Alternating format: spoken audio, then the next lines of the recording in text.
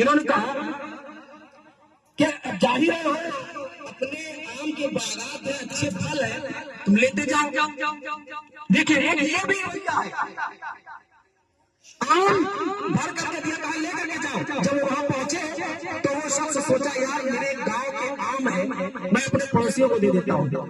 تھوڑا سا دائیں دیا اور تھوڑا بائیں دیا، تھوڑی دیر انتظار کیا تو دیکھا دروازے کی بیل بجی۔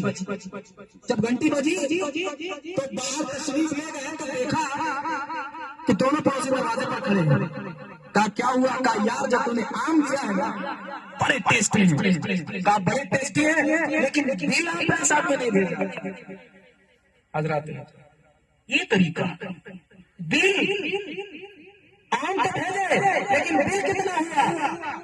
یہ معاشرہ ہے غیروں کا، جسے یہ نہیں پتا ہے کہ ایک پڑوسی دوسرے پڑوسی کو ملا ہوا کہ کوئی چیز گفٹ کر سکتا ہے۔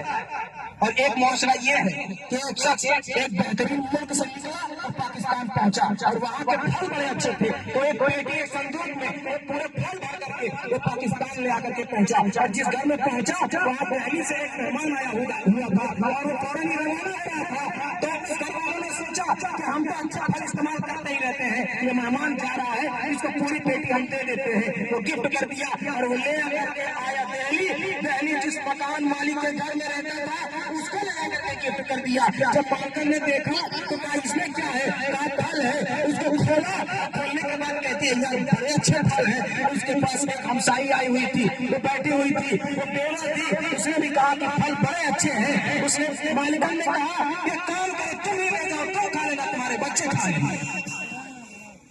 ایک معاشرہ یہ ہے جو درس اسلام نے دیا ہے کہ پڑوسی کا حق کیسے ادا کرنا ہے۔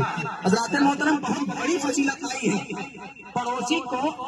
ایک حدیث اور میں سنا دوں، رسول پاک صلی اللہ تعالیٰ علیہ وسلم نے ارشاد فرمایا قیامت والے دن ایک بندہ آئے گا اور اللہ رب العزت کے سامنے کھڑا ہوگا۔ اللہ رب العزت ارشاد فرمائے گا کہ اے بندے میں بھوکا تھا تو نے مجھے کھانا نہیں کھلایا، میں پیاسا تھا تو نے مجھے پانی نہیں پلایا، اور میں بیمار تھا تو نے میری عیادت نہیں کی۔ تو وہ بندہ حیران ہو جائے گا، ششدر رہ جائے گا اور عرض کرے گا کہ مولایا تو جسمانیت سے پاک ہے، تو کھانے پینے سے پاک ہے، تو کیسے فرما رہا ہے کہ وہ میں بھوکا تھا تو نے کھانا نہیں کھلایا؟ تو اللہ رب العزت ارشاد فرمائے گا فلاں وقت میں تیرا پڑوسی بھوکا تھا، اگر تو نے اسے کھانا کھلایا ہوتا تو یہی ہوتا کہ تو نے مجھے کھانا کھلایا ہے۔ فلاں وقت میں تیرا پڑوسی پیاسا تھا، اگر اسے پانی پلایا ہوتا تو یہی ہوتا کہ تو نے مجھے پانی پلایا ہے۔ تیرا بھلا پڑوسی ایمان تھا تو مزاج کرسی پہ گیا ہوتا تو عیادت پہ گیا ہوتا تو یہی ہوتا کہ تو نے میری عیادت کی۔ حضرات محترم کتنا بڑا تصور ہے جو شریعت نے ہم کو دیا ہے۔ اللہ رب العزت ارشاد فرما رہا ہے اس کا کھانا میرا کھانا، اس کا پینا میرا پینا، اور اس کی عیادت میری عیادت۔ ایک ہم ہے کہ ہم آج صرف اپنے کھانے کو جمع کرنا چاہتے ہیں، بس کسی کو بانٹنا نہیں چاہتے۔ حضرات محترم ہمارے دل میں بانٹنے کی نیت ہونی چاہیے، چھیننے کی نیت نہیں ہوتی، چھیننے کی نیت نہیں ہونی چاہیے۔ رسول پاک صلی اللہ علیہ وسلم سے پوچھا گیا یا رسول اللہ سب سے بہترین پڑوسی کون ہے؟ رسول پاک صلی اللہ علیہ وسلم نے ارشاد فرمایا خیر الجیران عند اللہ خیرهم لجارهم، سب سے بہترین پڑوسی تمہارا وہ ہے جو اپنے پڑوسی کے ساتھ اچھا سلوک کرے، وہ بہترین پڑوسی ہوا کرتا ہے۔ حضرات محترم کبھی کبھی ایسا ہوتا ہے کہ ہمارے پڑوس میں بسنے والے کی عظمت کی وجہ سے ہماری عظمت بڑھ جاتی ہے۔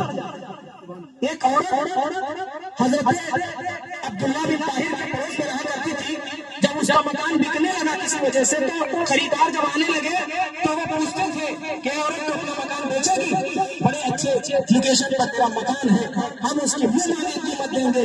تو جانتے ہیں عورت کیا کہتی تھی؟ وہ کہتی تھی کہ مجھے پیسوں کی ضرورت تو ہے، مجھے مکان تو بیچنا ہے، لیکن میں صرف ایک بات کی وجہ سے نہیں بیچنا چاہتی ہوں، اور وہ یہ ہے